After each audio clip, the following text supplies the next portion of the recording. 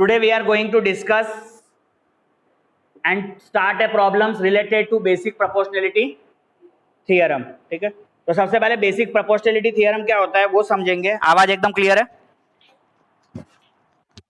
Okay.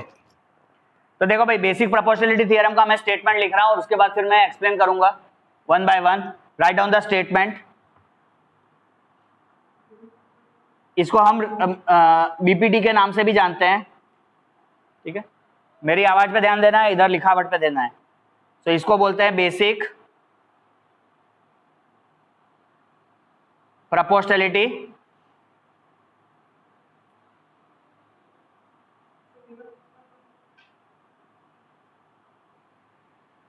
Six point one का statement theorem. Text book में ये आपको page number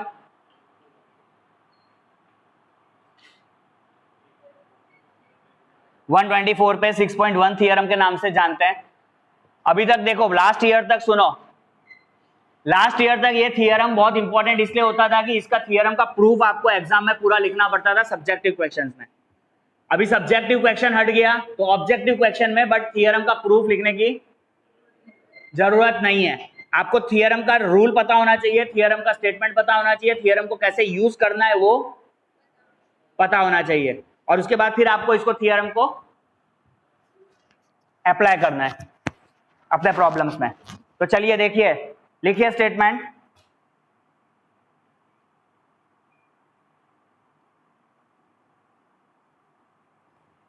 if a line is drawn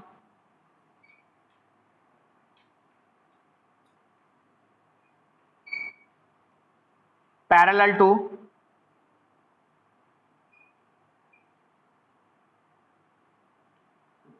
one side of a triangle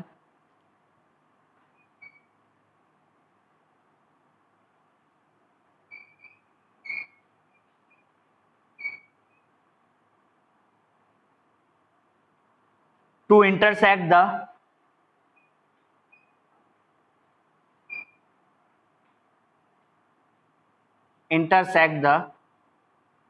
other two sides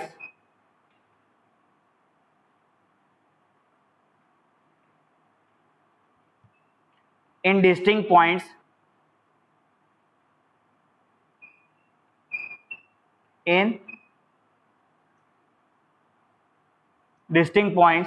the other two sides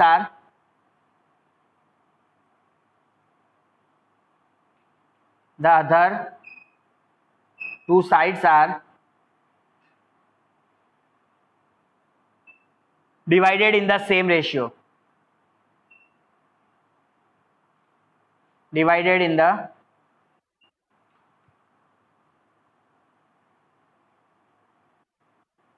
same ratio. ठीक है, ये पूरा statement है basic proportionality theorem का. सबसे पहले नोट करिए भाई बेसिक प्रोपोर्शनैलिटी थ्योरम का स्टेटमेंट.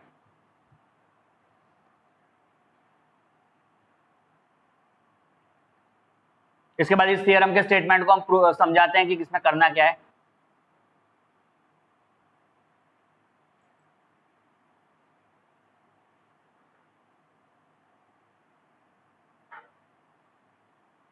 किया नोट? अब देखो यहां पे क्या लिखा है. If a line is drawn parallel to one side of a triangle to intersect the other two sides in distinct points, the other two sides divided in the same ratio. ठीक है, rough कर रहे हैं इसको, और अब ये triangle बनेगा और ट्रायंगल से आप समझेंगे कि इसमें करना क्या है.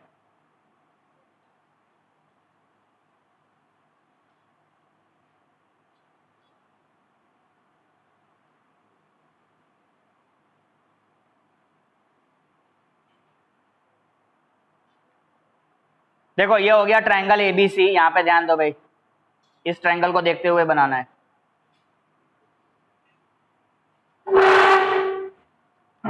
ठीक है, फटाफट ड्रॉ करो ट्रायंगल एबीसी.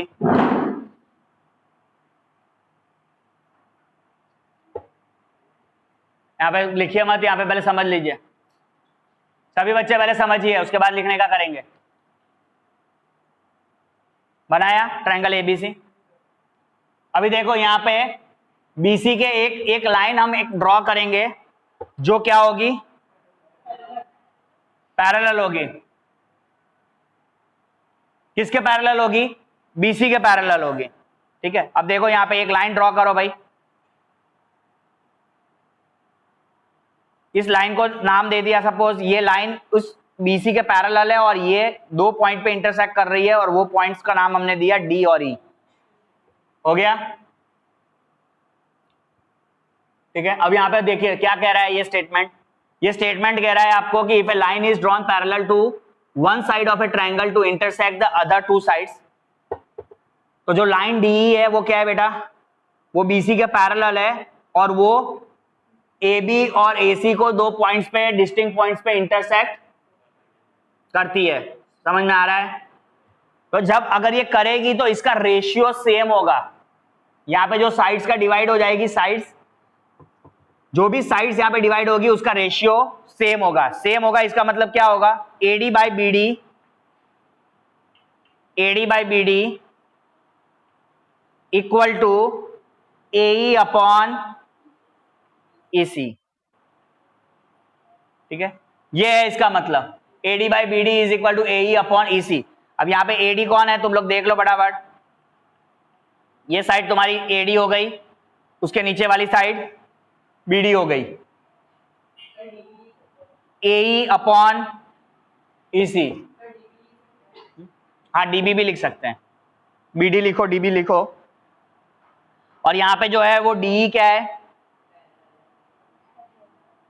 बीसी के पैरेलल है। ठीक है, D is parallel to BC. ठीक है, नोट कर लिया, अब कर लीजिए इतना पॉइंट।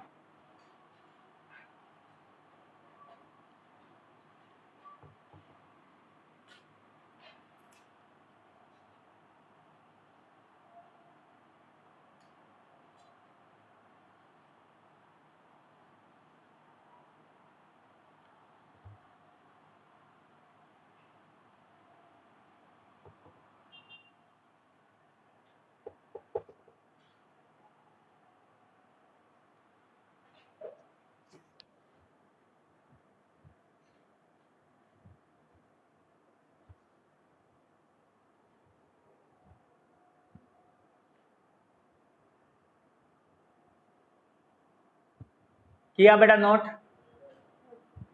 चलो अभी नहीं लॉन्च रहो, अभी वापस से मैं इसी फिगर को बना रहा हूं और अब यहां से कुछ और रिजल्ट्स भी निकाल सकते हैं। वो रिजल्ट्स को हम डायरेक्ट लिख रहे हैं यहां पे। अब यहां पे ध्यान देना, फिगर वही है हमारा, उसमें कोई चेंज नहीं है।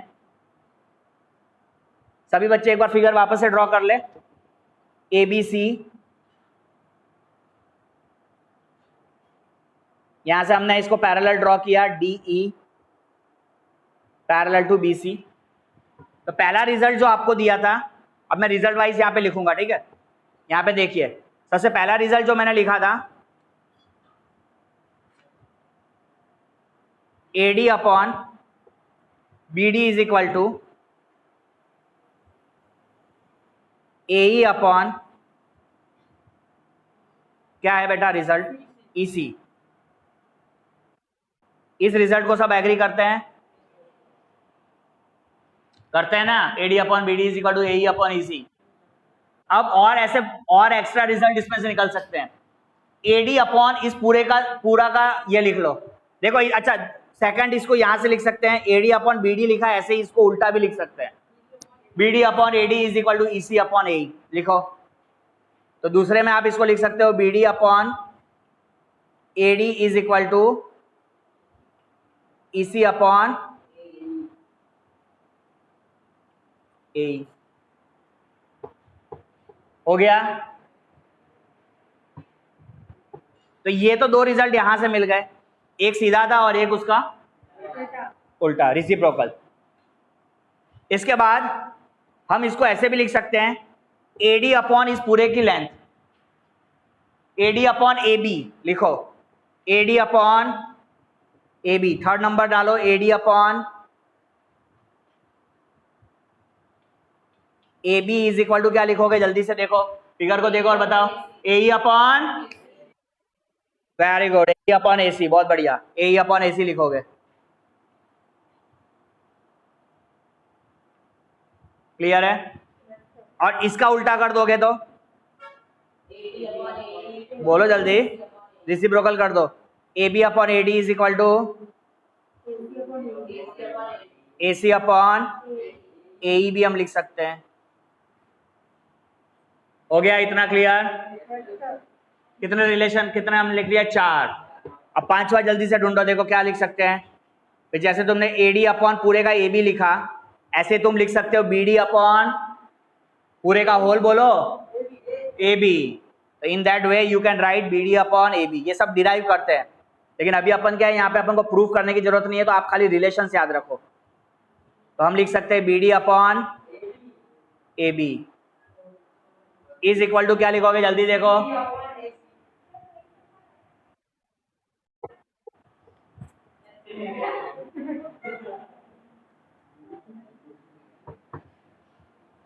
कहाँ गए? A B is equal to क्या लिखोगे? वेरी गुड, इसी अपॉन इसी। आ रहा है ना समझ में? लिख रहे हैं तो सर बनना है ना? वेरी गुड, बहुत मजा आता है सर बनने में। तो सर नहीं बनोगे तो क्या बनोगे? Engineer, footballer?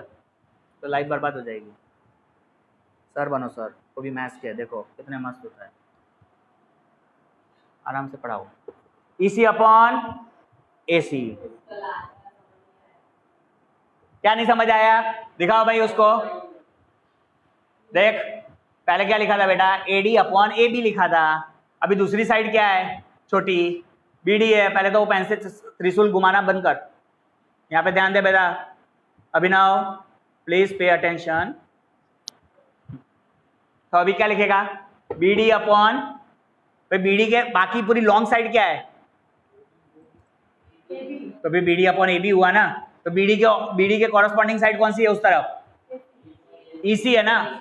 तो क्या लिखोगे? ईसी अपॉन, आया समझ में?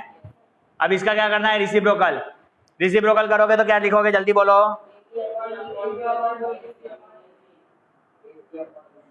ए B upon B D is equal to A C upon A C. हो गया इधर तक क्लियर? ये 6 रिलेशन थे जो आपको दिमाग में होने चाहिए। किसी को किसी भी फॉर्म में लिख सकते हैं। अब ये क्यों जरूरी है अभी मैं समझाता हूं। ये बहुत ज्यादा इंपॉर्टेंट प्रॉब्लम है और ये 101% ये बीपीटी में से एक न्यूमेरिकल ने एक प्रॉब्लम सॉल्व करने के लिए आएगा। 100% गारंटी। चलिए, now rough the board, move to next topic. Now देखो, अभी क्वेश्चन लिखो।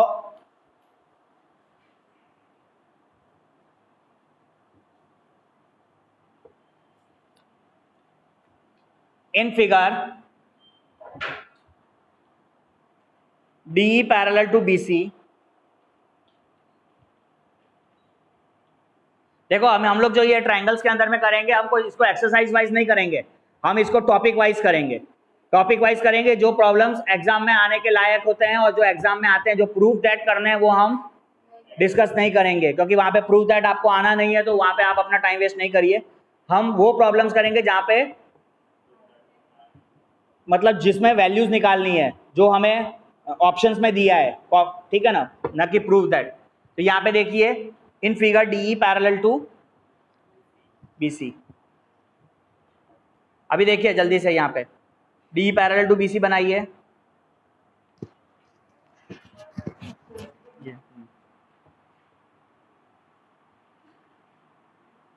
ये हो जाएगा A B C D and E. अभी देखिए यहाँ पे एडी की वैल्यू आपको 1.5 है, बीडी आपको 3 सेंटीमीटर है, एई कितना गिवन है? 1 centimetre. What we have to find? We have to find, the question is find EC. EC फाइंड करना है। देखो अभी कैसे करेंगे। सबसे पहले क्या लिखोगे?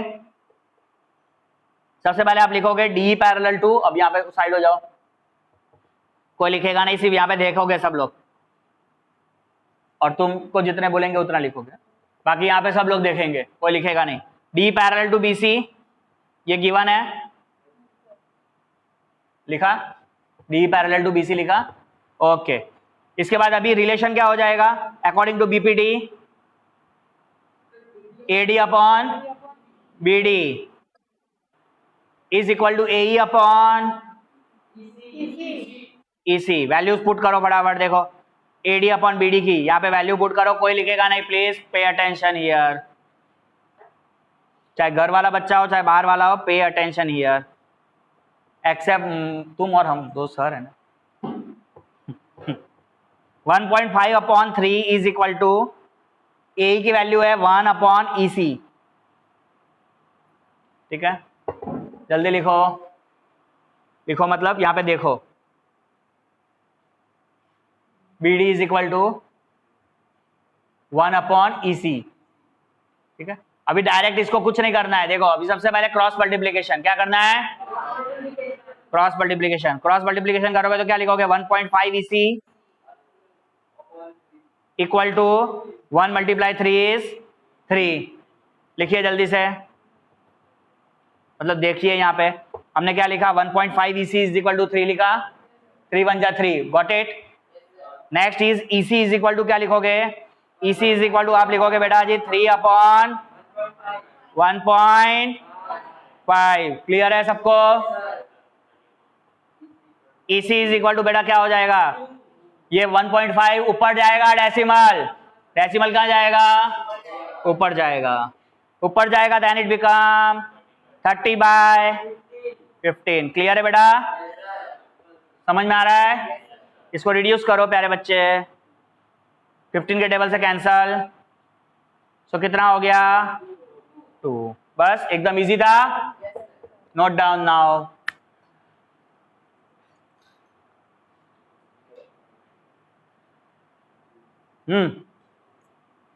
इंटरनल 20,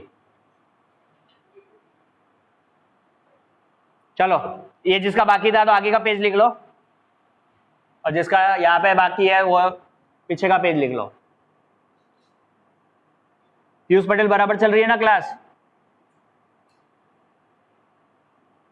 कल जैसा प्रॉब्लम तो नहीं हो रहा है ना, बढ़िया है ना, यहाँ वालों को बढ़िया है ना बेटा, देखा टेक्निक निकालनी पड़ती है,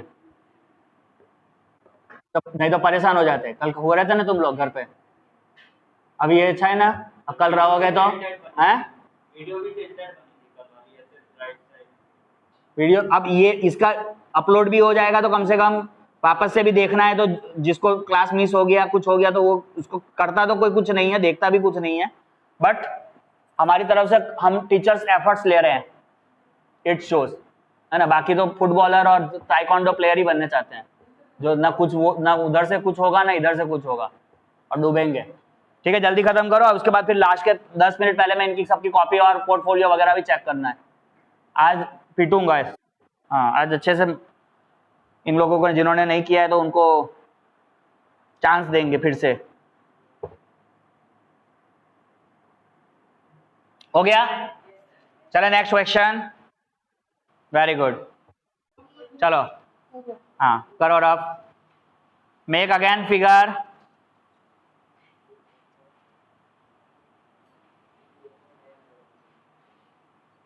ABC ट्रायंगल है, B पैरेलल है BC के, यहाँ पे ये BD आपको 7.2 सेंटीमीटर दिया है, ये 5.4 दिया है, ये 1.8 दिया है, और हमें क्वेश्चन में फाइंड करने को बोला है AD क्वेश्चन फाइंड करना है AD, पैरेलल वही है आपको, D parallel to BC, you have to find AD।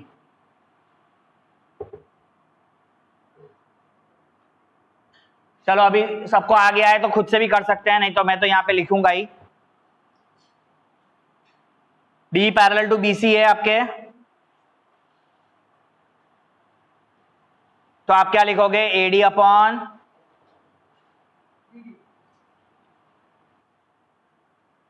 B D, A D upon B D is equal to क्या लिखोगे, ए ई अपॉन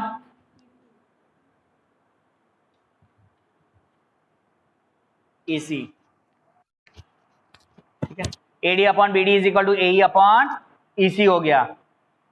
अब ए डी की वैल्यू क्या है, ए डी तो फाइंड करना है, बी डी क्या है 7.2, तो राइट डाउन 7.2, ए ई क्या है आपको 1.8 डिवाइडेड बाय 5.4, ठीक है। अब करेंगे क्रॉस मल्टीप्लीकेशन, तो आप लिखोगे A D multiply 5.4, A D multiply 5.4 is equal to आप लिखोगे 1.8 मल्टीप्लाई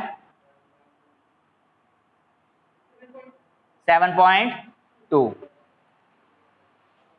अब यहां पे लिखे होगे A D is equal to 1.8 multiply 7.2 upon 5.4। अब ये यहां पे ध्यान दीजिए डेसिमल्स कैसे हटाना है।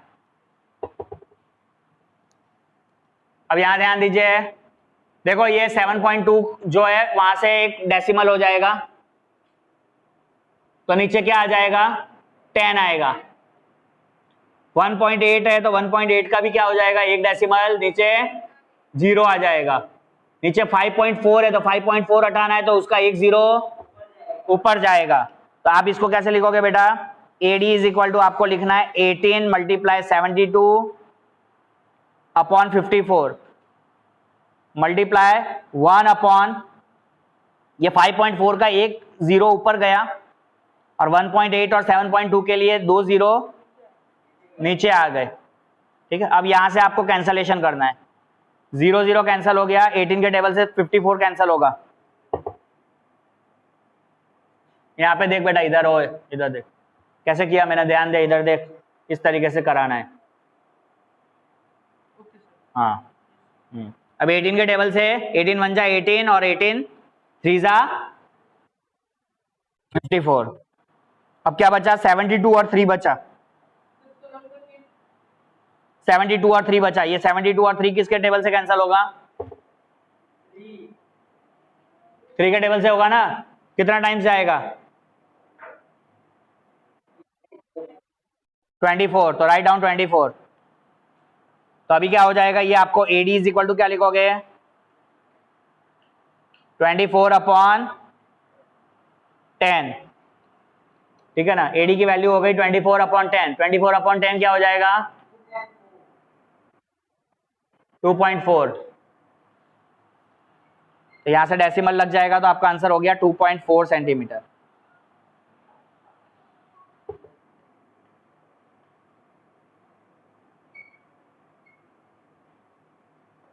वहां से डेसिमल हटाओ, पहले तुम उधर से डेसिमल हटाओ, उसके बाद जो भी ऊपर लिखना है, ऊपर 10 होगा और नीचे 100 आएगा।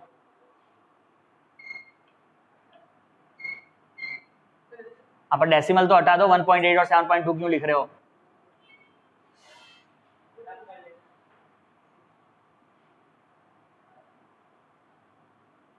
नीचे भी 5.4 नहीं आएगा, 54 हो जाएगा। तो यहाँ हो गया 18, इधर हो गया 72 और यहाँ हो गया नीचे 54। देखो कैंसलेशन होगा। हम ऑफलाइन वालों को भी यही चीज पढ़ा रहे हैं, इसलिए आप थोड़ा ध्यान दीजिए, वेट करिए, खुद से प्रैक्टिस करिए। देखो 3 से 72 कटेगा 24 टाइम्स और वहां पे 0 0 कैंसल, 10 और 100 में, तो 24 अपॉन क्या हो गया 10, 24 अपॉन 10 इज 2.4 सेंटीमीटर, ठीक है। इस तरीके से कैंसलेशन करना है।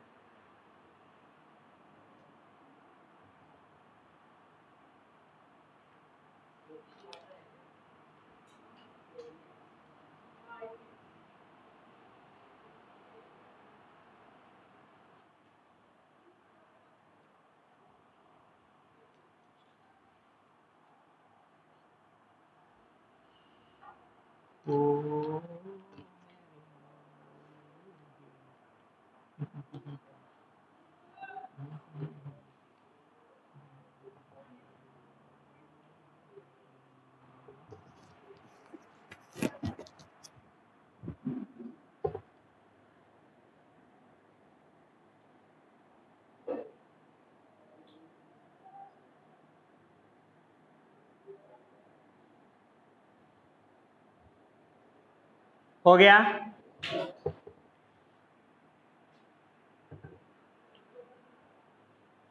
तो ये जो अभी हमने प्रॉब्लम्स की है ये किससे रिलेटेड की है बेटा? बेसिक प्रोपोर्शनलिटी थियरम से। Now we are going to discuss some concept of that converse of BPT. Converse of BPT, converse of BPT का मतलब होता है converse of basic proportionality theorem. ठीक है, उसमें उल्टा होता है, उसका स्टेटमेंट उल्टा होता है। तो सबसे पहले देखो वो एक्सेस थियरम 6.2 आपके टेक्स्ट बुक में दिया है, page number 126, page number 126 theorem 6.2। तो आप स्टेटमेंट लिखिए converse of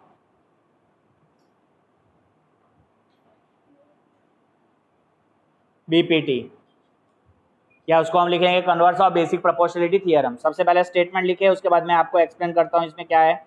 if a line divides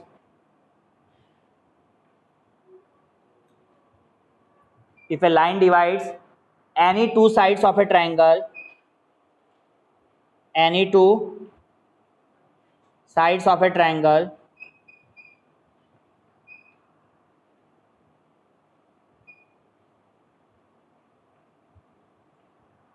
in the same ratio, in the same ratio, then the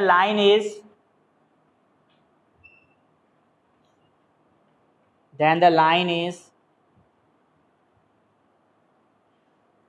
parallel to the third side,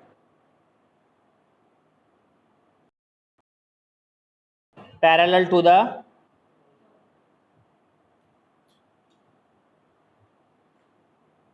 third side।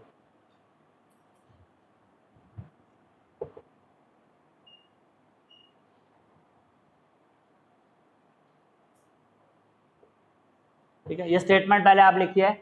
If a line divides any two sides of a triangle in the same ratio then the line parallel to the third side. इसका क्या meaning है?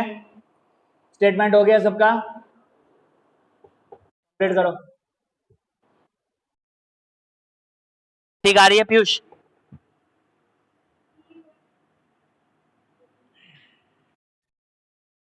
ठीक है,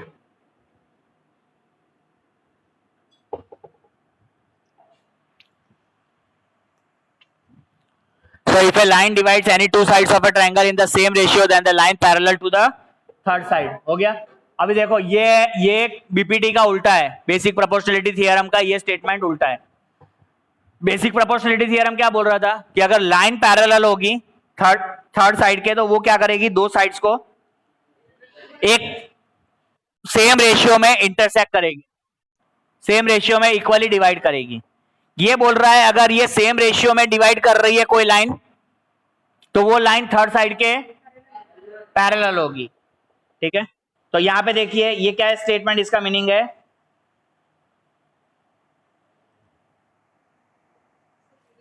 हाँ, सबसे पहले हम यहां पे ट्रायंगल एबीसी जैसे लिख रहे हैं, हमने ट्रायंगल एबीसी लिखा,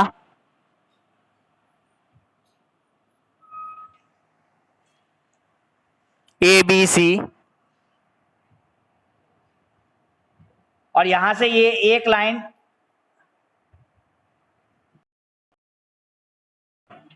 जो इसको इंटरसेक्ट कर रही है, ये ए बी और ए सी को टू डिस्टिंक्ट पॉइंट्स पे।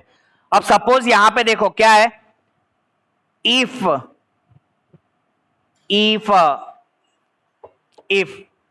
एडी अपॉन बीडी का अगर रेशियो, एडी अपॉन बीडी का जो रेशियो होगा वो एई अपॉन ईसी के रेशियो के अगर बराबर होता है। ठीक है, एडी अपॉन बीडी का जो रेशियो है वो किसके बराबर है बेटा? एई अपॉन ईसी के रेशियो के बराबर है। If AD upon BD is equal to AE upon EC, if AD upon BD is equal to AE upon EC, then according to converse BPD क्या होगा?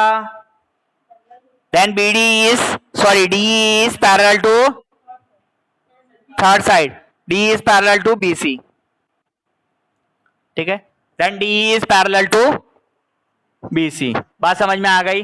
अब यहां पे देखो फिगर में वापस से देख लो, ये AD अपॉन BD का अगर रेशियो अगर तुम्हें इक्वल मिलता है AE अपॉन EC के, तो तुम्हारी जो लाइन होगी वो क्या होगी? जो जो इंटरसेक्ट कर रही है दो साइड्स को, वो लाइन थर्ड साइड के हमेशा पैरेलल होगी। So D will be parallel to BC। Noted? Understood ये कॉन्सेप्ट? अब यहां पे देखिए, इस फिगर पे देखेंगे, और फिगर में नहीं, यहां पे आप एक प्रॉब्लम में आपको दे रहा हूं और उसमें चेक करके बताना है कि EF जो है वो QR के पैरेलल होगा कि नहीं होगा। ठीक है, note down the question.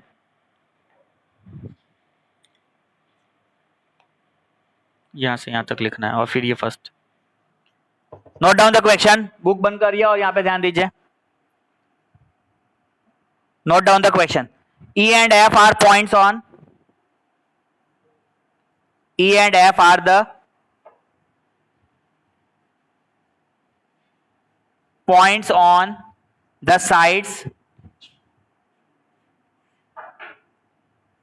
PQ and PR, PQ and PR respectively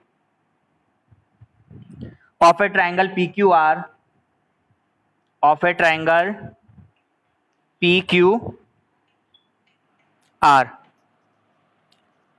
Then for each of the following, for each of the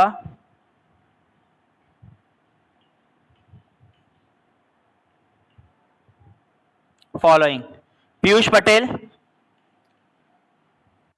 आप अटेंडेंस लेंगे और जो भी एब्सेंटीज है उनका आप ग्रुप में डालेंगे नाम।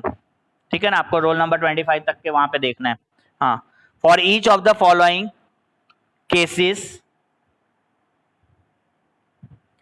स्टेट वेदर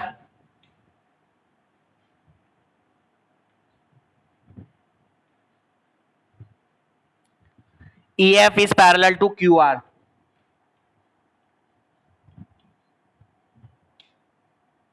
ठीक है, सो क्या स्टेट क्वेश्चन लिखा है? E and F are on the sides of PQ and PR respectively of triangle PQR.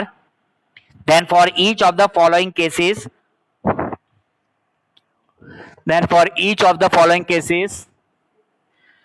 state whether EF parallel to QR, EF parallel to QR। हमें चेक करना है कि EF जो है वो QR के पैरेलल है कि नहीं है। ठीक है, हाँ, अब कैसे चेक होगा यहां पे ध्यान दो। देखो सबसे पहले यहां पे गिवन क्या है? गिवन है आपको इस क्वेश्चन में PE की वैल्यू 3.9, PE आपको गिवन है 3.9 सेंटीमीटर, EQ गिवन है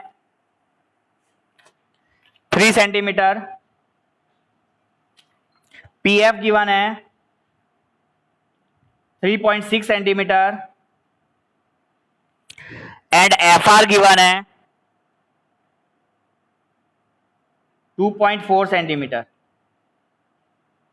ये आपको गिवन है PE 3.9, EQ 3, PF 3.6 and FR is 2.4 centimetre, ये गिवन है। अब हमें चेक करके बताना है कि EF जो है वो QR का पैरेलल है कि नहीं है। ठीक है, ये गिवन है। अब सबसे पहले आपको क्या बनाना है? ट्रायंगल बनाना है। कौन सा ट्रायंगल? PQR। ठीक है ना, कौन सा ट्रायंगल बनेगा? PQR। उसके ऊपर में उस PQR में E और F जो है वो जैसे गिवन है वैसे पॉइंट्स होंगे। तो सबसे पहले ट्रायंगल बनाओ फटाफट। PQR,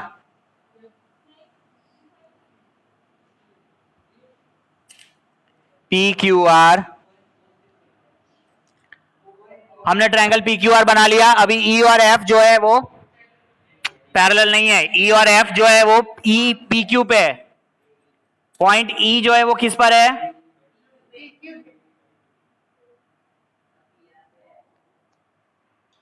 और F जो है वो किस पर है? PR पे। अभी सपोज इसको हमने ज्वाइन कर लिया है, अभी पैरेलल है कि नहीं है ये तो हमें चेक करना है। EF is parallel to QR। अभी सबसे पहले यहां पे आप वैल्यू पुट कर दो। PE की वैल्यू 3.9, EQ की वैल्यू 3, PF की वैल्यू 3.6, FR की वैल्यू 2.4। ये हो गई आपकी वैल्यू जो आपको पुट करनी है इसी तरीके से। ठीक है, वैल्यू पुट की, फिगर कंप्लीट किया। हाँ, अब ये पैरेलल है कि नहीं है ये कैसे पता चलेगा? आपको क्या निकालने को बोला? रेशियो। अगर आपने रेशियो निकाल लिया बेटा, P अपॉन EQ का जितना रेशियो होगा उतना PF अपॉन FR का रेशियो अगर होता है, तो दोनों रेशियो अगर इक्वल होगा तो ये लाइन पैरेलल है, और अगर दोनों रेशियो इक्वल नहीं है तो लाइन पैरेलल नहीं है। ठीक है ना, समझ में आ गया? चलिए फटाफट लिखिए, P अपॉन EQ। सबसे पहला रेशियो हम निकालेंगे P अपॉन EQ का। अभी P अपॉन EQ का हम रेशियो निकालेंगे। P हमारा कितना था? 3.9 और EQ था 3, 3.9 अपॉन 3। सबसे पहले आप पॉइंट, वहां से पॉइंट हटाएंगे डेसिमल, तो ऊपर में आपको आ जाएगा 39 और नीचे हो जाएगा 30। 39 बाय 30 को रिड्यूस करेंगे कौन से टेबल से? 3 के टेबल से, तो इट बिकम 13 अपॉन 10। अब इसको 13 अपॉन 10 रहने दीजिए। ठीक है, 13 अपॉन 10 रहेगा। अभी P अपॉन EQ हमें मिल गया। ये क्या लिखा है? 39 अपॉन 30 होगा ना? ऐसे नहीं, अलग अलग निकालना है। P अपॉन EQ अलग निकालना है, दोनों इक्वल नहीं लिखना है। इक्वल तो पता तब चलेगा जब ये रेशियो हम फाइंड आउट कर लेंगे। तो सबसे पहले आपको P अपॉन EQ लिखना है बेटा, और उसके बाद फिर आपको दूसरा किसका रेशियो लिखना है? बोलो बोलो, PF अपॉन FR। तो PF अपॉन FR लिखेंगे। हाँ, रिड्यूस करेंगे, 3 के टेबल से कैंसिल होगा। PF upon FR, PF upon FR क्या है बेटा? PF is 3.6, FR is 2.4। यहां से डेसिमल हटाओ, तो दोनों में एक एक डेसिमल है, तो ये हो जाएगा 36 अपॉन 24। 12 के टेबल से कैंसिल करो, तो 12 के टेबल से ये हो जाएगा 3/2। अभी तुम लोग खुद देखो ये रेशियो इक्वल आ रहा है क्या? दोनों रेशियो देखो, 13/10 and 3/2। Is the ratio equal? No, है ना? जब रेशियो इक्वल नहीं है तो ये लाइन पैरेलल नहीं है।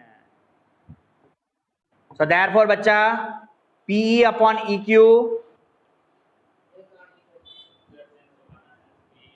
is not equal to, since P upon EQ is not equal to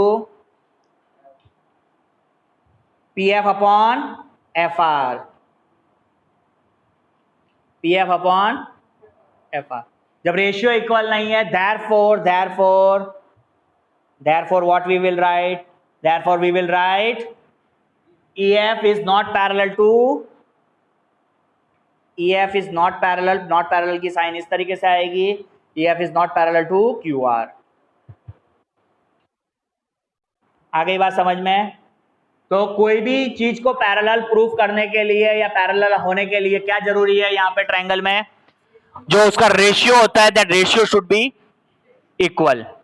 जो साइड्स डिवाइड कर रहा है, जो लाइन ट्रायंगल की दो साइड्स को, वो जो आफ्टर डिवाइड होने के बाद उसका जो रेशियो होगा उस साइड्स का, दैट शुड बी इक्वल। तभी हम कहेंगे कि वो क्या लाइन है हमारी? पैरेलल।